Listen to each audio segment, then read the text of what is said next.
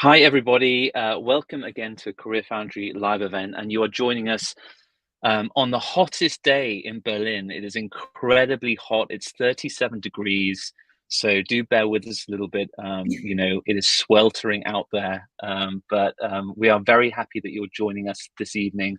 And I know that a lot of people have registered, so we'll just give people a little bit of time to check in. We've got a chat on the right-hand side. It will be fantastic if you could just drop your name, where you're joining from, because we usually get an international crowd. So I'd love to see where you're all joining from, and maybe also just to kickstart the discussion, because we want this to be as interactive as possible, why you're interested in UX design. I think that would be a good question to start it off. I'll just introduce myself briefly. I'm William, Events and Communications Lead here at CareerFoundry, and I'm very, very happy to welcome Maureen back to a CareerFoundry live event again. It's been a while, but we are very, very happy to welcome Maureen back, who is a UX design graduate here at CareerFoundry and has recently been promoted to a senior product designer at Zalando, which is one of Europe's largest e-commerce sites, if anybody knows that. This evening, we're going to be talking about UX design, obviously, and things that you wish you may have known beforehand. And I think in any profession, any job, there's always going to be some things that you wish you knew beforehand. So Maureen is focusing tonight on 8 things that she wished she'd known before starting out in UX design. A couple of house rules. I say house rules, maybe that sounds a little bit formal, but if there are any questions, just post them in the public chat on the right-hand side. We will be doing a live Q&A at the end, so I will disappear and then reappear, and I'll be asking Maureen all of your questions. So if you just want to drop the questions whilst Maureen's giving the presentation, I'll reappear and ask those questions. And lastly, just to introduce CareerFoundry very briefly, we're probably one of the older players in the industry. We are an online school for career change. What do we do? Well, we take people from scratch, we teach them up, we give them in-demand skills, and we help them land their dream job in tech. We have just under 4,000 current active students. We have lots of mentors and tutors. With every career change program, you get a mentor and a tutor. And we also offer a job guarantee, all the good stuff, basically. And we're behind you to help you land that dream job in tech. I think I've spoken enough. Maureen, I think you should take it away, because it's very hot here in this pod. And enjoy the presentation, everybody. And I'm going to disappear into the background.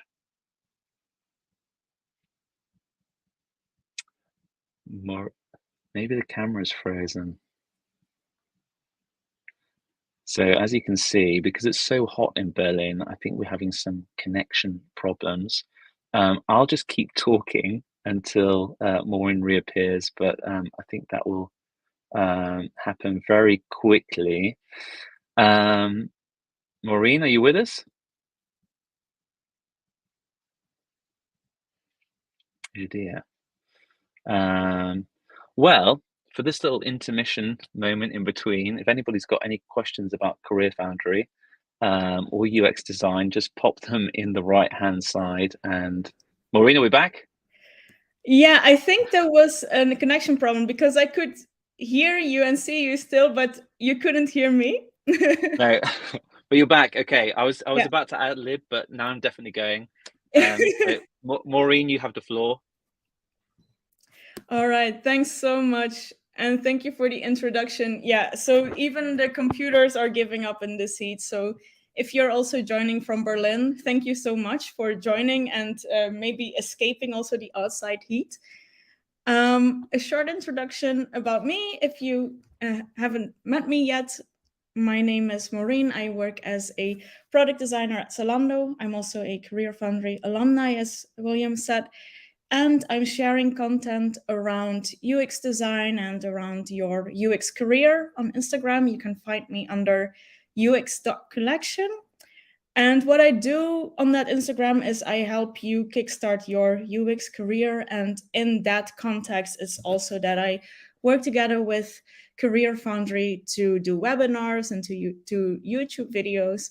And today we're going to talk about 8 things that I wish I knew before I started out in UX design. And these are 8 things that I think could have prepared me better if I was aware of them before. So now I'm telling you those so that you know before you become a UX designer. And let's just jump right in. So the first thing that I discovered only after I started working out in UX is that a designer wears many hats. So what I expected in the beginning is that because my title was designer, I would be designing a lot. I would be designing screens. I would be working in a tool like Figma or Sketch or Adobe XD. And what I quickly found out is that the design role is only one role that a product designer or a UX designer has. So we are also wearing the researcher hat, the interviewer hat, the facilitator, writer, analyst.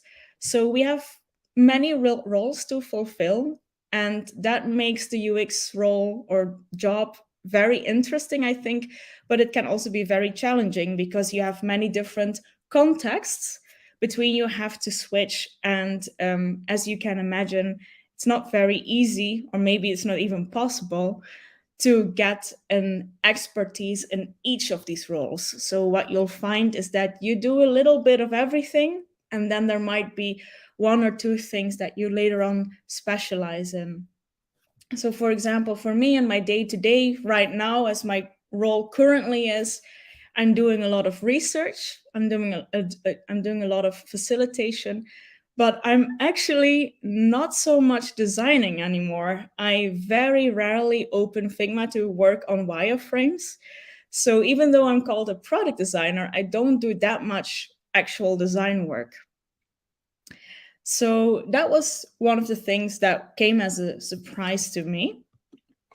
The second thing is that the design thinking process is not linear. And when you are now in the phase of learning more about UX design, then you probably already heard about design thinking. If this is completely new to you, then the design thinking process is a process that is oftentimes mentioned as the way that UX designers work, or the steps that UX designers follow to perform their job.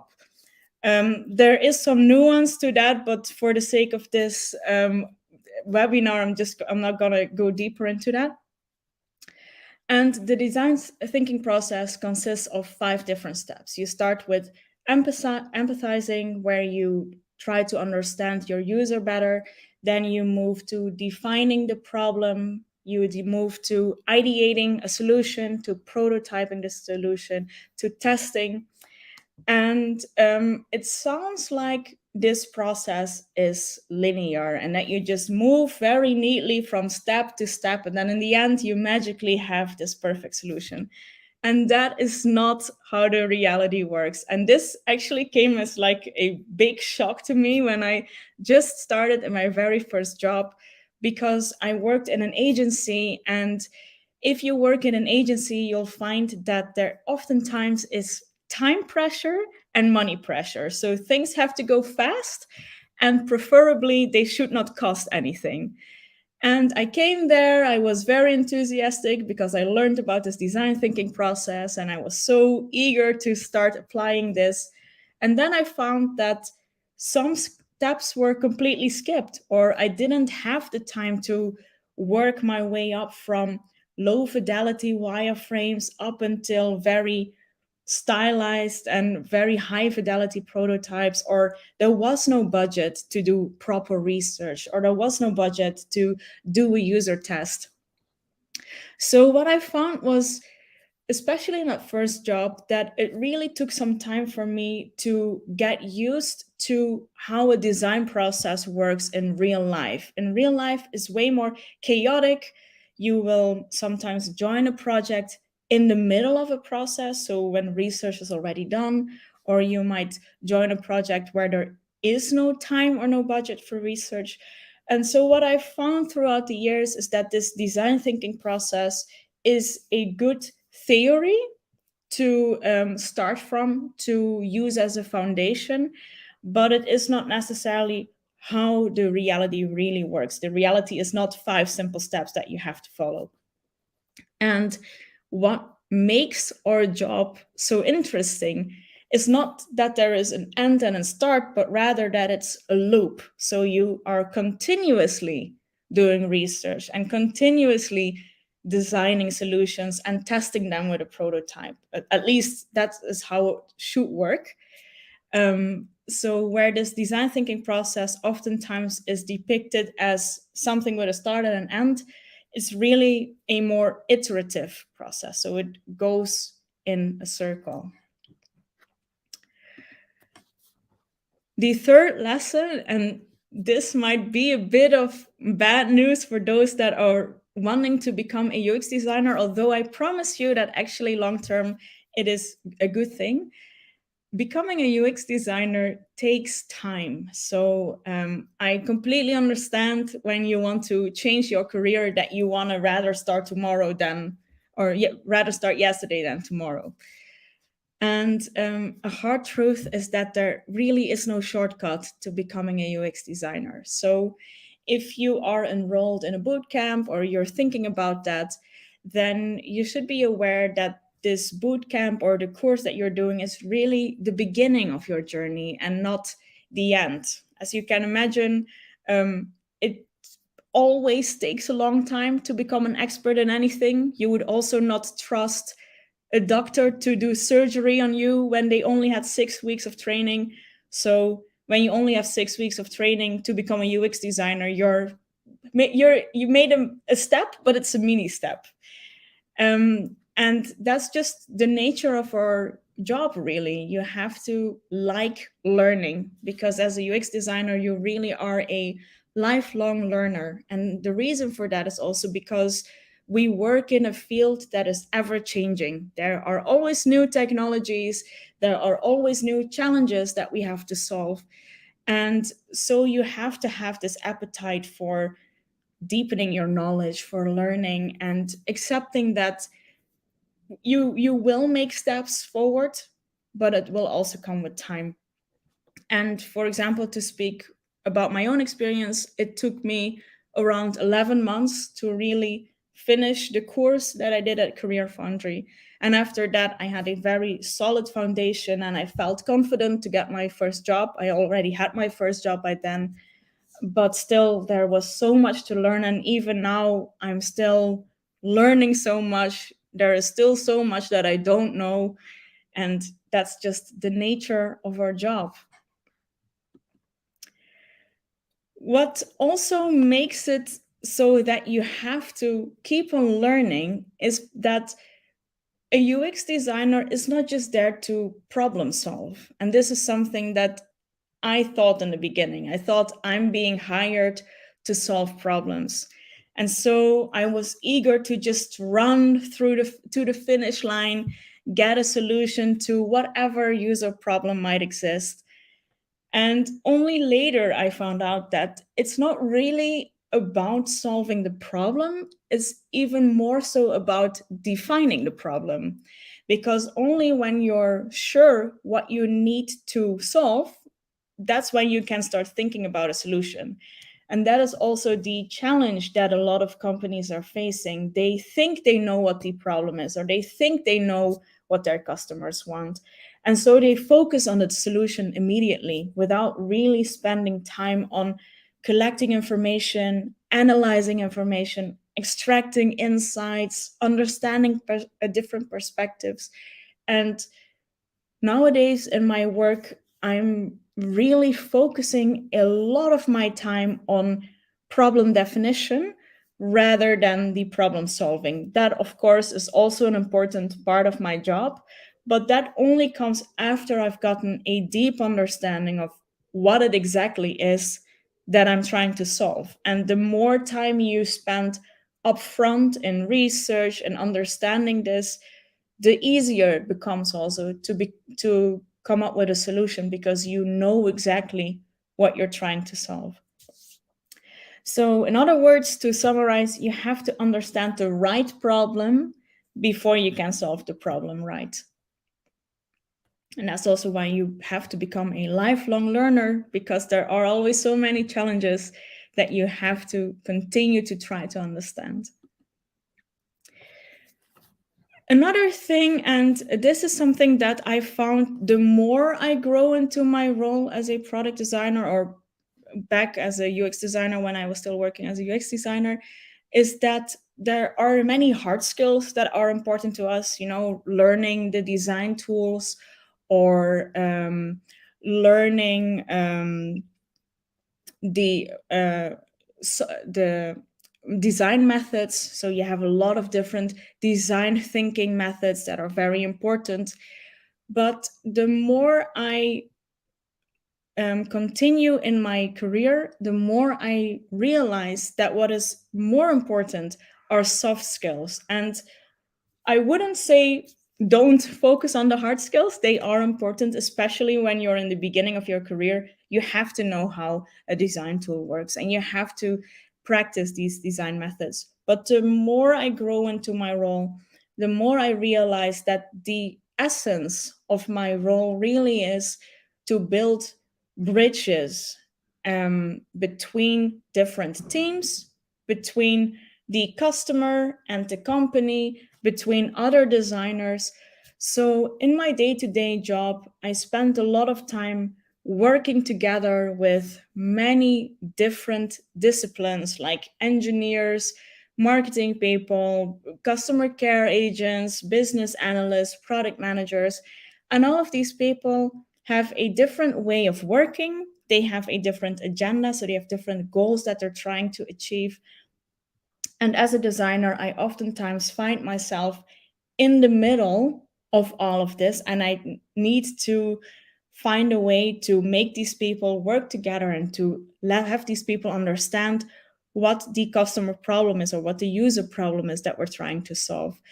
So, what I found is that with the years, the skills that I'm really trying to develop even further are skills like communication, presentation, stakeholder management. And with that, I mean understanding the different agents you have in your company, or the different people that benefit or have a stake in whatever you're doing, and try to understand what is it that they want to achieve and how can we bring these things together and how can we build positive and fruitful relationships.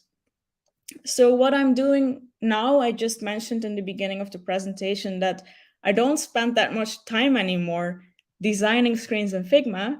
I actually spend a lot of time building bridges. So, I spend a lot of time talking with other colleagues in my company and explaining to them what the challenges that we're trying to solve out of a user perspective. I'm trying to understand what is the challenge that my colleagues are trying to solve out of a business perspective. I spend a lot of time evangelizing UX, as we described that. What that means is, even in a company where you have a lot of UX designers, it doesn't mean that everyone knows what UX design is. It doesn't mean that everyone values UX design.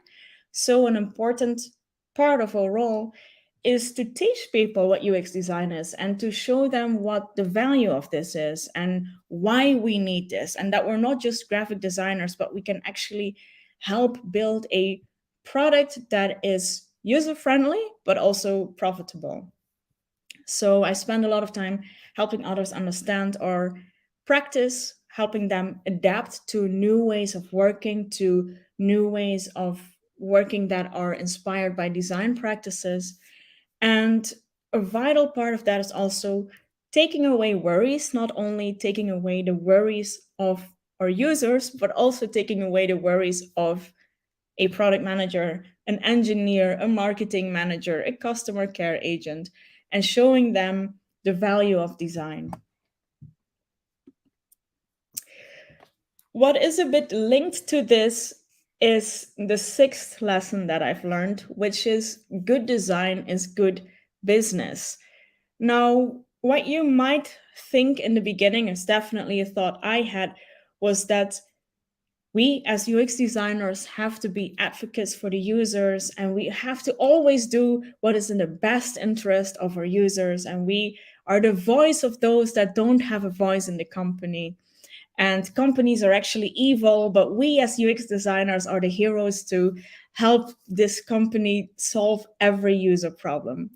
And that is a very idealistic point of view that actually helps. I do think it is good to have a healthy doses of idealism as a UX designer, because there are a lot of uphill battles, like I already told you for the previous lesson. You need to build a lot of bridges. You need to show a lot of people the value of design. So you also need to be passionate about it.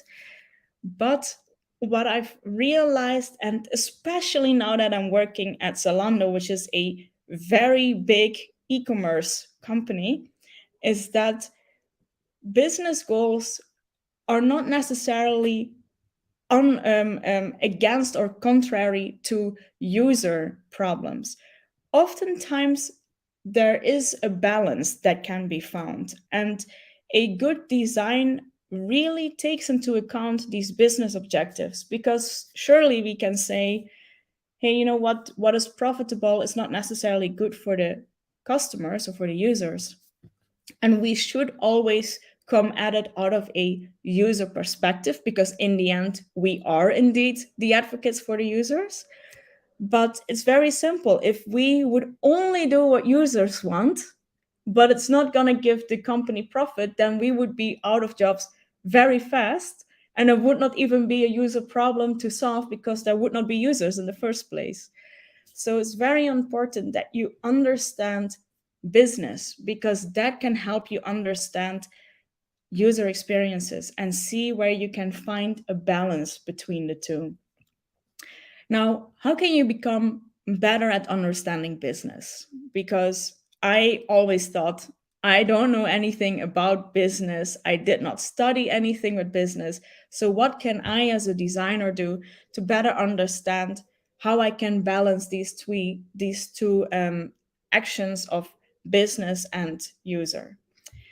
What I found that is very helpful is when you focus on what is the vision of a company that you're working for? What is their strategy? So, this is especially useful when you are already working, to do some research. Maybe there are some strategy papers available so that you can understand what is the big goal of the company that I'm working at? What are they trying to achieve?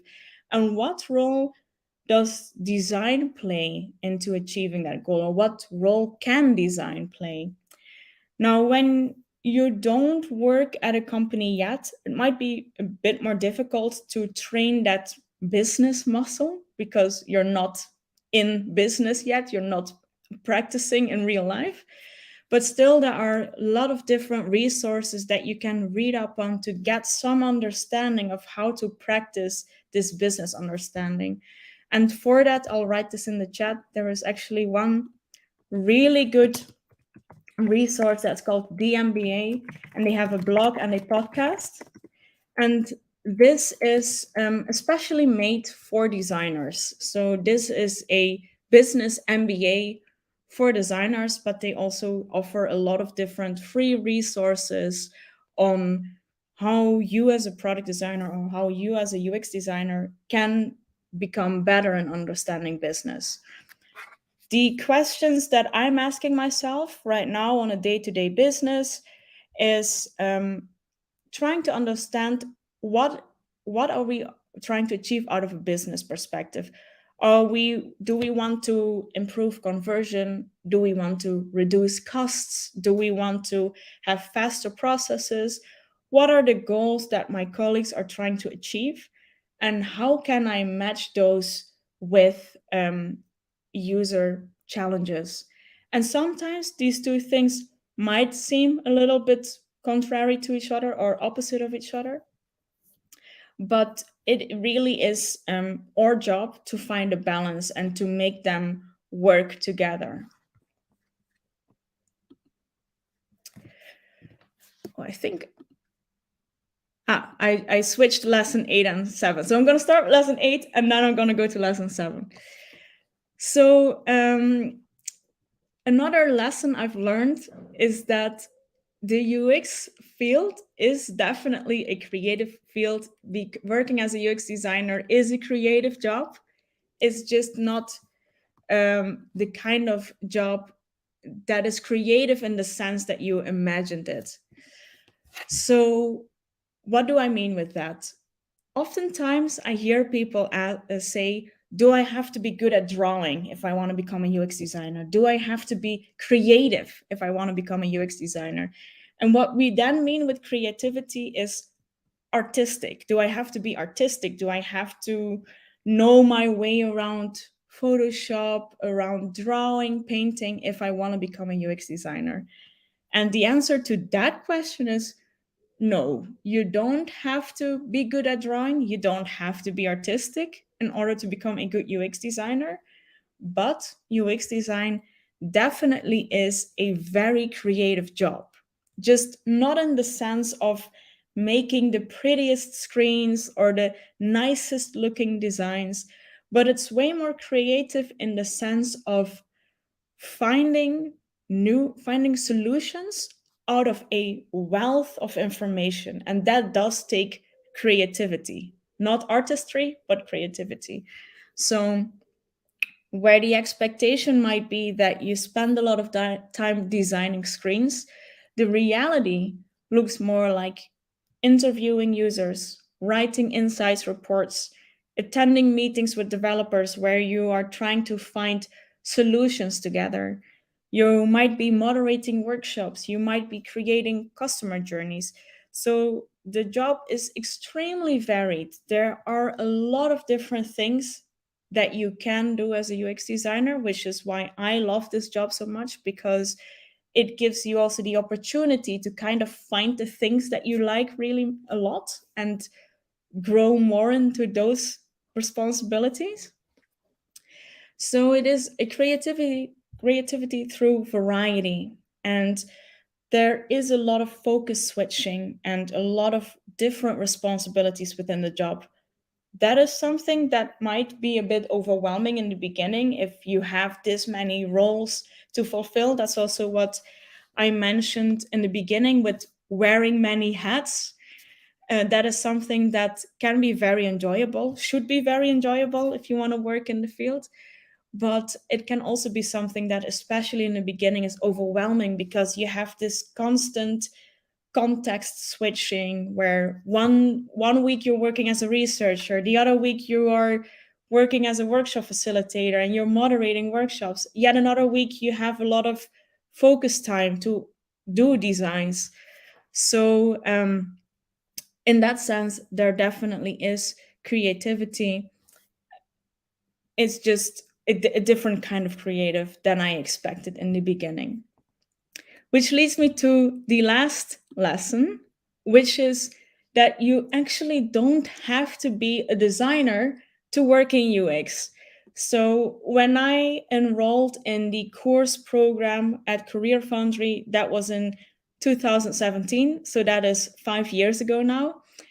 And back then, I only knew of UX designers, and there was not that much information available online. So I have heard of UX design one or two times, but I wasn't really sure what it was about. It was also quite hard to find information. And in the beginning, I actually thought, I'm not so interested in UX design. I want to become a UI designer. And I decided to do a UX course because I wanted to get that foundation. And later on, I did the UI specialization with CareerFoundry because I thought I like designing in tools. I had already some experience with Photoshop. I was always very interested in graphic design. I actually wanted to become a graphic designer when I was still studying. So I was pretty sure of myself that I wanted to become a UI designer. Then, as the course went along, I actually learned, well, I really like UX design. I'm not so sure anymore if I want to work as a UX designer, as a UI designer. I rather work as a UX designer. So my first job was a UX designer. But now that I've been working for 5 years, I see many more roles coming up. I'm exposed to many more roles like UX writers, UX researchers, UX developers, UX strategists, UX managers. So there are so many different roles. And if you're thinking, I like this field, I'm just not sure if the design role is really for me, then I think it's good to know that there are many different roles. You can become a researcher, you can become a writer. Now, oftentimes these roles are a bit more specialized. So you will find that people that work as a UX researcher have done either a dedicated study that focus on research, or they come out of a research or out of a academic research field, or they have already had a career as a UX designer and they've grown into a research role. So these roles are a bit more specialized. It might be a bit more difficult to immediately start as a UX writer or a UX researcher if you have no experience in that field at all. But it is definitely possible to have a different role. And I think what is helpful is to not get too pinned down on whatever job title, because every company defines their design titles differently. In the past 5 years, I've worked as a UX designer, as a service designer. Now I'm working as a product designer. Those are three different job titles. In the end, my tasks have always been similar, regardless if I was called UX, service, or a product designer. So I would not be too focused on thinking, I need to become a UX designer to break into this field. What is way more interesting is to focus on, what do you like to do? Do you really like research? Do you really like writing? Do you have a background as a developer? Or do you have a background in strategy? And then try to find a role that fits that skill set or that fits that interest. And you'll find that whenever you start doing a job research, every company is different. What one company might call a product designer is a service designer at another company. So you don't have to be a designer to work in UX. You can also do something else. And design or visual design is only one part of what makes a good experience. So a UX designer is also not the sole responsible person of making up a good experience. Good experience is also based on content, on technology, on strategy. And so I would, with knowing what I know now, I always start out of the question, what do I like to do? What am I good at? What are my skills in? And where can I find a role that fits that? Okay. So before we go into the QA, let's recap.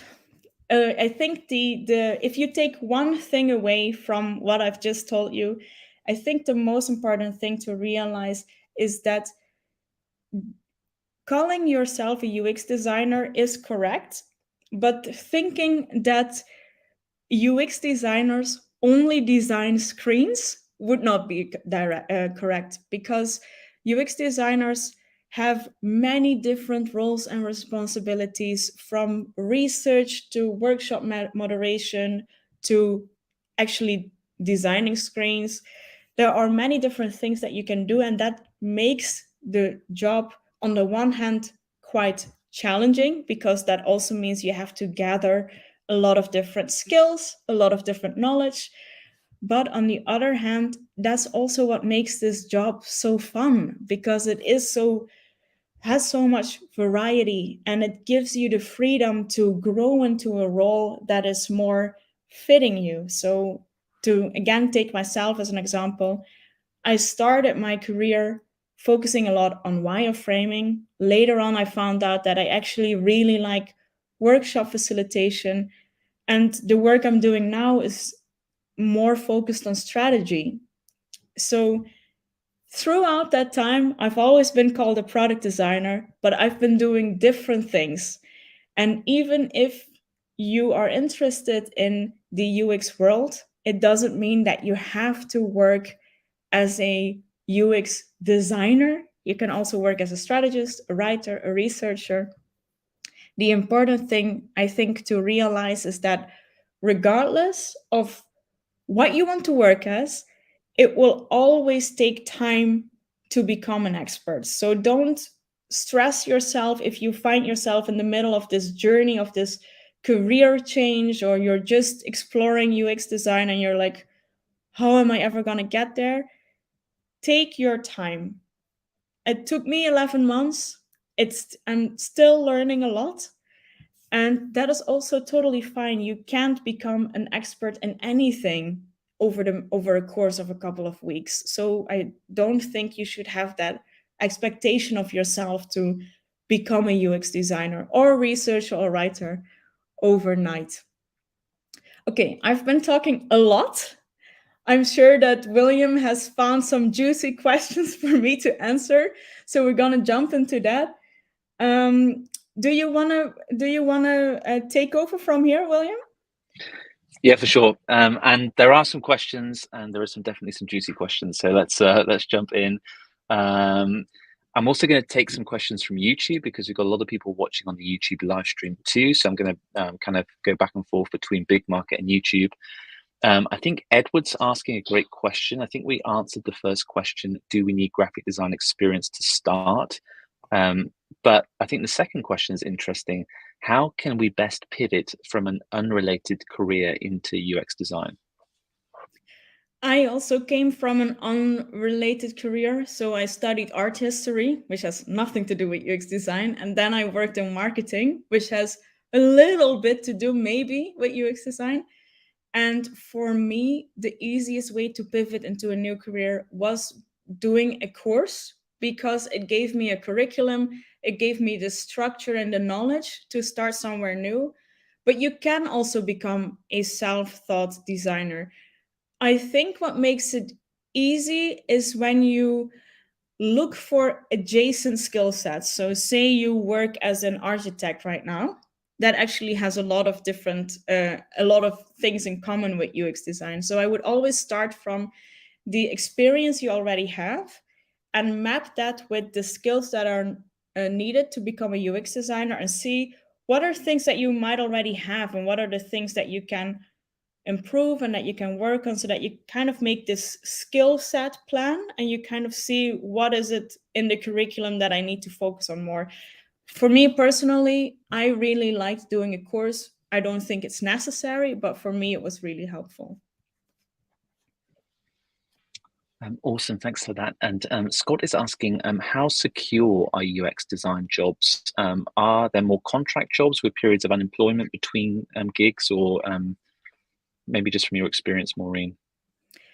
Yeah, I think that's very hard to answer that question, because that is really depending on the region you're in. So I can only answer this out of my own experience. I always worked in full-time positions. So I've always been an employee. I've never worked contract gigs or as a freelancer. I've been very secure in the jobs. That is partly also because in Germany we have amazing laws that protect employees. So it's actually very hard to get fired or to have something bad happening to you as an employee in Germany. So in that sense, I was also lucky. But there are also a lot of designers working as freelance. So I think that both is possible. And I would say the job is pretty secure. Of course, talking about the Berlin region, I'm not sure how it's looking in other parts of the world, but I would say it's a pretty secure job because you do so many different things. So you actually are a pretty important asset to a company also. I think that's also a very important point that you mentioned about the geographical region. For anybody who's kind of more interested in jobs in their locality, I would recommend booking a call with one of our program advisors. They have specific geographical knowledge about jobs in your locality, whether in North America, Australasia, Asia. Definitely book a call with them. I'm going to take a couple of questions from YouTube. I think this is quite a good question from Anna. For you, Maureen, what is the best characteristic of a UX designer? Someone that is proactive, someone that is willing to ask questions, someone that if you notice, hey, I don't know how something works, you go out and you find it out. Someone that enjoys asking questions, that enjoys learning about others. I think that's a very important skill, because since so many companies are unfamiliar with our value and what we do, you will have to show your value. And you can only do that when you are proactive, when you show this is what I can bring to the table. And that proactiveness also helps you in your job, because you need to go out and talk with users. So a lot comes out of you. And if you're the kind of person who's more like, well, I'm just going to sit back and see how things come to me, it's gonna be a bit hard. This job might then be a bit challenging for you. I think that's great advice. And also we see it with CareerFoundry students too. The CareerFoundry students that put in the most, work in terms of also the job preparation, networking on LinkedIn, not always in-person networking, but reaching out, engaging with the community, tend to be the ones who do better. So that's just a little bit of insights from the CareerFoundry kind of student body. I'll take another question on YouTube whilst I'm here.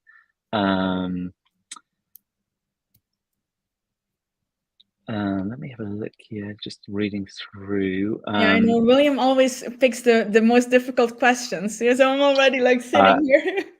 I don't like picking easy questions, but I've also got to read the questions first. They're coming through fast. Maureen, this is a little bit harder for you to answer, but maybe also from UX designers that you've spoken to. Would you recommend working for a small agency or a startup, or leaping into a big corporation as your first job? I started working at a boutique studio. So I worked at a design studio that had around 10 employees. We were all UX or UI designers. And I really liked that experience, because the team was small. So there was a lot of opportunity for me to get to know people personally, to learn from them. Working in an agency also allowed me to work on many different projects with many different clients. And so that helped me to build a very varied portfolio. So, out of my experience, I would always try to find an environment where people have the resources to mentor you, to help you, and where you are exposed to many different learning opportunities. Now, working in a big corporate, I can see the benefits. There is a way bigger design community. We have a individual user research department. However, you have to be more of a self-starter, as they say, because the speed is higher. It's a more complex political landscape that you have to navigate. So starting your career in a corporate might be cool because you are exposed to a bigger design community, but it comes with many adjacent things that you have to navigate: politics, speed of the company, working somewhere that already has a big design legacy that you have to deal with. So personally, I liked starting in an agency, but they both have pros and cons. Definitely. Great answer. Apologies if I pronounce anyone's name wrong. Sevshi is asking a question. I think I can answer this one. Do we really need to take a course to get hired without any previous experience? If you read blogs, if you go on YouTube, you will always find people who didn't take a course, didn't do a program, self-taught, and they managed to land a job. I think you'll find that in quite a few professions. What I can say, though, from the CareerFoundry perspective and the CareerFoundry programs, is when you do a CareerFoundry program, you get a mentor and a tutor. We call it the dual mentorship model. The key takeaway also from a CareerFoundry program is that you get a portfolio, and you've built this portfolio full of your own projects that you've built on your own. And when you get to that job interview, you can walk through each of the projects, how you built it, how you went about getting advice from your tutor, your mentor. And not only that, the mentor is currently working in the industry and has all of the industry insights, but also connections. So obviously, I'm going to say that CareerFoundry is a great place to do a program, but you've got to remember that you get a lot of support, not just on the program, but also from our career services team. And the key takeaway is the portfolio, which is incredibly important if you want to land that job. I'll pass this question though over to Maureen, because Maureen might have a different opinion to what I have. So Maureen, take it away. I think it's a very personal question. So I definitely believe it's possible to become a self-taught designer, because there are many people that become self-taught designers. It's a bit of a question of how much time do you have to dedicate to this? Self-taught is obviously much cheaper because you could even do everything for free, but it also takes more time because you have to research the sources yourself. You have to do everything on your own. That also takes a lot of discipline. And that for me was the reason to take a course, because I wanted that community. I wanted a class-like setup where I actually had someone to hold me accountable and say, hey, you actually have to do something. And that's also why I liked having a tutor and a mentor. To have professionals check my work was very valuable to me. So I think both have pros and cons. If you enroll in a course, of course, it costs money, and sometimes also a lot of money, but you will save time. If you do everything yourself, it can be completely done for free, but it might take more time. Definitely. Sorry, my unmute button's not working very well. One thing I also wanted to say about that is that when you do a CareerFoundry program, you do have an unlimited amount of calls with your mentor and tutor, I think, too. So if you need help, if you're stuck on anything, not only your portfolio, but if you've got questions about applying for jobs, the industry, these are all questions that you can bring to your mentor in that time. Moving away from the CareerFoundry program, though, Jiang Ning's got a great question. Maureen, what is the most challenging part of user-centric design? Actually, I can answer this question while at the same time answering another question, because I saw in the chat another question from Scott. Would you mind if I answer them both? Because Scott is asking, the job sounds like it actually lacks a supportive environment. Is that true? It sounds like job justification, evangelism is a constant. That sounds exhausting. I think the two come together in the sense that the most challenging thing about user-centric design is that a lot of companies think they know the user when they actually don't. They're so distant from the user that it takes, and that's where the Scott question comes in, the question from Scott comes in, that it actually takes a lot of evangelism from our side to go to the companies, to go to our colleagues and say, hey, what you assume might not be true, or hey, the challenges that you think our customers are facing are not really the challenges that they're actually facing, or not really the things they actually want. And that is the biggest challenge, to show your colleagues that what they think might be user-centric is not necessarily user-centric, and to also constantly bring them back to listen to our users. Let's talk to them. Let's try to understand them. Let's try to understand the challenges that they're facing. To now answer the question from Scott, it sounds like it lacks a supportive environment. Is that true? I do think that this depends on the company. The company that I'm working in has actually quite a high UX maturity. So that means a lot of the managers do understand the value of UX design, but there are still many companies that lack this understanding. And so where indeed this job justification is indeed a constant.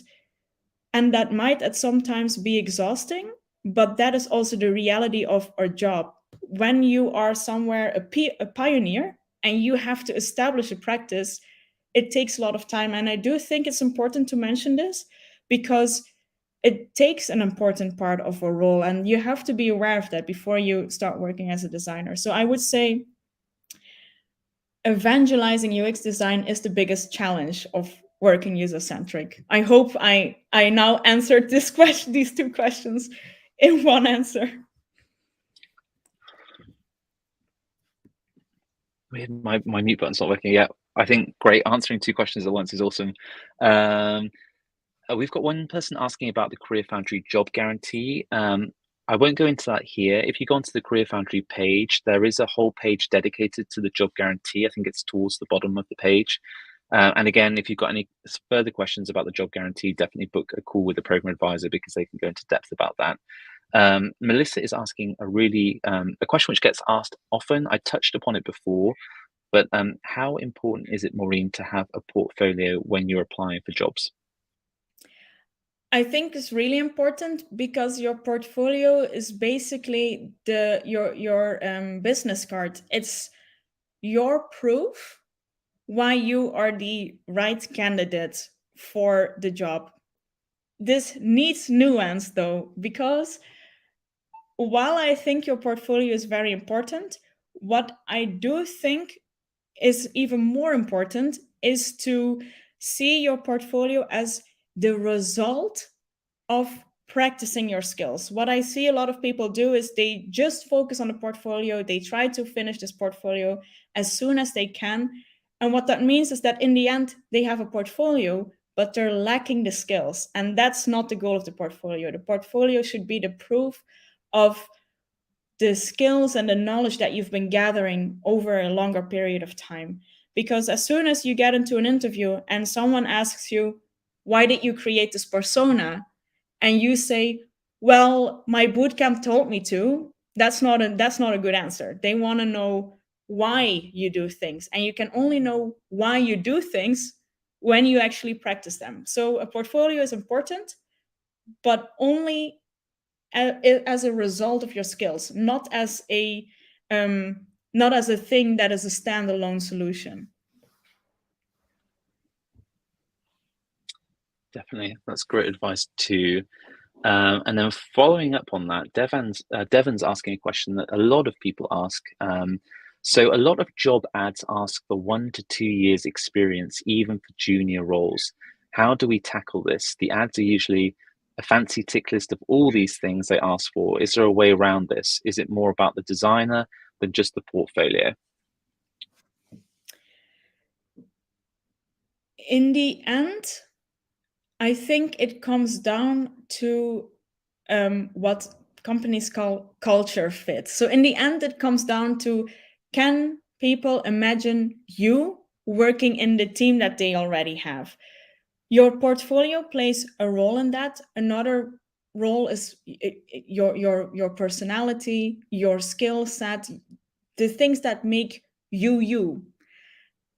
There, you have some influence on that, but of course not not complete influence in that. And I think in terms of how do you get experience, my mentor told me something that really changed my view on this, and that's, see getting experience as your first UX task. You're now fully equipped with all the tools and the processes that you need to understand and solve a user problem. So see getting experience as a problem that you're trying to solve. And there are many different ways to get experience. A job, of course, is one, but you can also do internships, you can do charity work, you can join hackathons, you can start your personal projects. There are many different UX communities where you can find people to work on a project together. You can join a boot camp to work on case studies. So there are ways to get that experience. You can go out, help local businesses improve their website, for example, or build a website for your sports club or for whatever hobby club that you're joining. That already gives you some real life practice. But I think the most important thing is to have this mindset of getting experience is your first UX task. How would you solve that? That really helped me when my mentor told me like that. Fantastic, great advice from your mentor. What was your mentor's name, by the way, Maureen? Pia. She's Pia. Okay. Pia. Oh, yeah. Yeah, one thing I wanted to say just briefly there, we've got an event following up in September. It's not in the events page yet, but it will be soon, where we will be interviewing a candidate called Sarah, who also did the UX design program just like Maureen and has landed a job at the BBC. Interestingly, we're going to be focusing on her portfolio. So she actually did her own project, which was looking at sustainability and also music festivals. It was a kind of a passion project. She found it really interesting, and I think that's the great thing about the Career Foundry program. If you've really got a passion and you want to do your own thing, you can also take it in completely your own direction. So stay tuned for that. It's not yet on the events page, but it should be up in the next week or two. Hopefully, when it's cooled down a little bit in Berlin. One more question from Miranda, which I'll just answer quickly. Would you say the Career Foundry courses could be taken and completed while working full time? Now, actually, the majority of our students here at Career Foundry are currently working in other jobs and working the Career Foundry programs around their current jobs. So we recommend 15 hours a week to squeeze around. Very few students have the luxury to focus 100% on the program. That's not often the case. So the community here at Career Foundry, the majority of students are working other jobs and fitting in the course around that.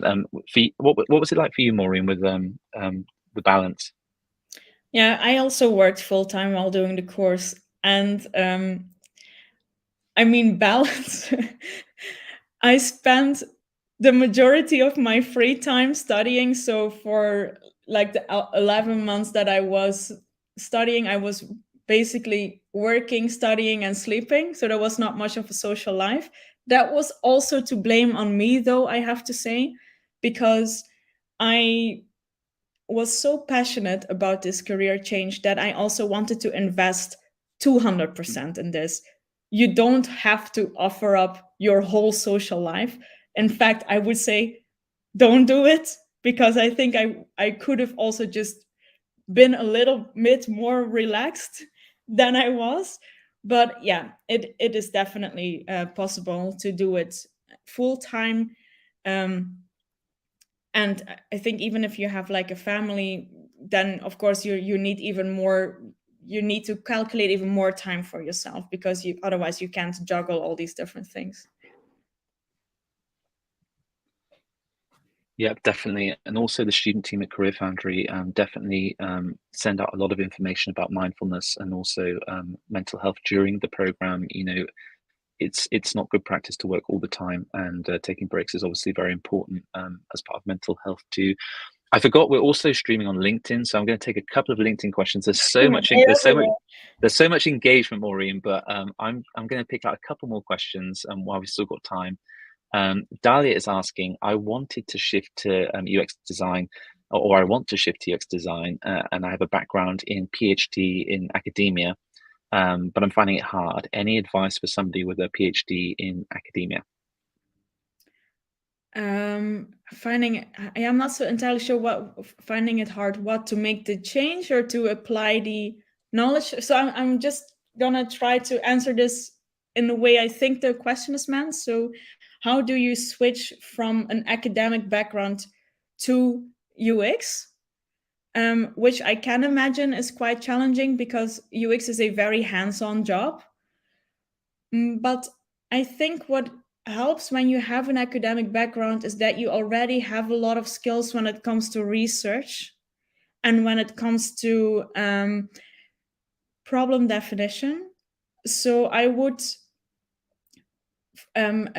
combine the skills that you already have from that field with more hands-on knowledge. So try to apply these skills that you already have in research in real life case studies. And that's what we already talked about just now, like find personal passion projects that you can use, or join a boot camp and work on case studies, or join a hackathon or a design jam, or work with other design friends on some projects, so that you can kind of get out of that theoretical mindset into a more practical mindset. Because I mean, coming from an academic background myself, I think that was the biggest challenge, to make that jump out of from only theory into applying theory into practice. but I'm not sure if I answered this question now in a way that is useful, because I'm not entirely sure if that was how the question was meant. I think it was a good answer. And also, I think one of the things is that we have a lot of students join Career Foundry from lots and lots and lots and lots of different backgrounds. We've written about them. There are articles. I think we once had somebody who was working as a fire person and has now become a UX designer. We've had opera singers. I mean, we have a lot of some stories which are kind of more unbelievable, but then we also have people transition from, teaching, nursing, lots of different backgrounds. So it's always kind of really, I find that for me is the most exciting thing about Career Foundry, watching the kind of transition that happens. One question I wanted to go into here, you mentioned that starting off as a UX designer, you had to wear many different hats. Brandon is asking, do you think this is due to understaffing of UX positions, or because managers don't fully understand the responsibilities involved? I like that question. I think it has many different explanations. I think on the one hand, that's just the nature of our job, is that we cover a big part of product development. So from research up until coming up with a prototype and testing it. I also see that now that I'm working, for example, in a big company, the hats that I have to wear are less, because we actually have more specialized people. So there are companies that hire UX researchers. That means I don't have to do that much research anymore. Or they hire strategists. That means you can just focus on the strategy part. Or we have content designers and UX writers. That means I don't have to write things myself, because we have specialists for that. So I think we have to wear many hats, because on the one hand, that's just how our job is. That's the also the benefits that we bring, that we have these processes. That's one part. The other part is, in some companies, they simply don't have the resources to hire specialized researchers, writers, strategists. And so you become kind of like a jack of all trades, and you have to do many different things. That was the case when I was still working in a design studio. We didn't have dedicated researchers. So that's when I was wearing all these different hats, from researcher to prototyper. Now I'm really mostly focusing on workshop facilitation, a little bit of research, and a strategy, and then also a bit of designing. But I'm not doing prototyping. I'm not doing the specialized UX research. I'm not writing anything. I'm not doing content design. So I think it's also depending on the company's resources. Fantastic. I am mindful of the time, and I know that we've had a lot of questions this evening. I'm afraid that we won't be able to answer everybody's question. And I think maybe Maureen's also just frozen. Maureen, are you still with us? But what I wanted to say, whilst Maureen's frozen, is that at the moment we are also offering a offer at the moment, an early bird offer, which is worth up to $1,350 or €1,125 off the full price of the UX design program. If you want to claim this, all you have to do, I put a little sticky note in the chat on Big Marker. If you're watching on LinkedIn or YouTube, just book a call with the program advisor on one of the pages, Career Foundry pages, and just talk to basically the career advisor about the early bird offer that we're running at the moment. And say that you're watching Maureen's presentation on things that she wished she knew before starting out in UX design. Thank you, everybody, this evening for all your fantastic questions. It was really good. All I will say now is, Maureen is still here. Hi, Maureen. Maybe it's just in the background. What I would also say is that we've got a lot of fantastic material on the Career Foundry blog, so definitely check that out. We have lots of articles written in-house by our editor team, but also freelance experts too. Also check out the Career Foundry YouTube channel. Maureen's got some fantastic videos that she shot with the video team, all about UX design and specific UX topics too. And I think there's also some stuff on UI design. So maybe if you're thinking whether you're going to specialize in UX or UI at the moment, I would definitely check out the CareerFoundry blogs and YouTube channel. And we also offer a free short course. I'll send this all around in the email tomorrow, including a recording of this video. But if you just want to kind of like get a, I don't know, have a, first look at what UX design or UI design might be, we offer a free short course, which I think is 5 or 6 days, and we'll go through all of the kind of UX or UI topics and take take you in a little bit more depth. And it's a little bit awkward because Maureen's gone, or Maureen may be in the room but might not be able to hear us. But yeah, once again, thank you everybody for joining. I'm going to end the webinar now. Maureen can still hear me, apparently. Hi, Maureen, in the background. But I wish everybody a good evening. And thanks, Maureen, once again. That was a really great presentation. And I think it provided a lot of value this evening. So yeah, good night, good morning, wherever you're joining from, and check out the CareerFoundry events because we've got a lot of interesting events coming up too. So